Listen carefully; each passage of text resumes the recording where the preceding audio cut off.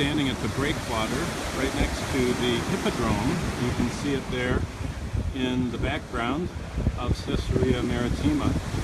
Looking down the breakwater, you can see the harbor that Herod constructed. It was one of the largest and most beautiful harbors, especially on this end of the Mediterranean. It rivaled that of Rome's port in Ostia. But the reason we're here is actually to look this direction. We're going to film in just a moment right out there where those waves are surrounding that outcropping of rock.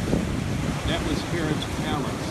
That's the place where Herod had his escape boat into the sea. It's where he had a freshwater swimming pool out in the middle of the saltwater ocean.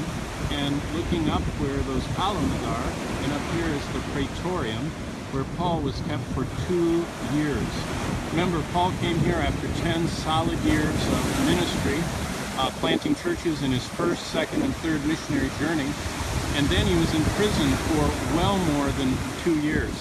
And as he was in prison, he would have heard these waves in the distance and thought about how he wished he could be back with those that he had come to love after sharing the gospel of Christ with them. And so Paul probably wrote some of his prison epistles, many Bible scholars believe, from this Praetorium up here on the hilltop.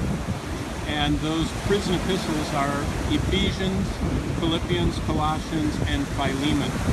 And so if you're ever reading Philippians 1 or 2, especially 2:12 to 18, and think of Paul's words there, that's what we're covering in this special filming segment.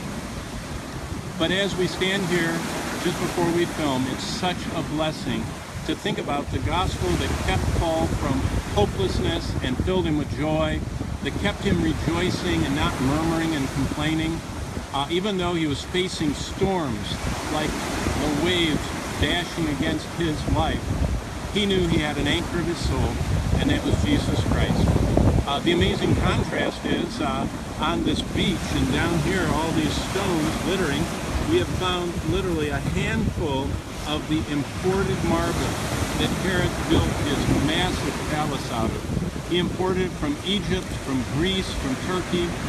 No price was too high for what he put into his palace. But as he stood there in his palace, little did he know that soon the Romans would come and smash that palace to pieces, and the millions of pieces of marble that litter these beaches are just reminders that Herod lived for Herod. And when you only live for yourself, everything that you have you'll lose. But everything that you give to Christ will last forever. Paul wrote his prison epistles. Herod wasted his life. Herod lived for Herod. Paul lived for Christ. The life of Christ here in the land of the book, looking at why Jesus came. It was so that we could share this gospel of peace and of hope, and the gospel that gives us an uncomplaining, unmurmuring life, even through the storms of life. Well, got to go film in Caesarea. God bless you. Thanks for listening.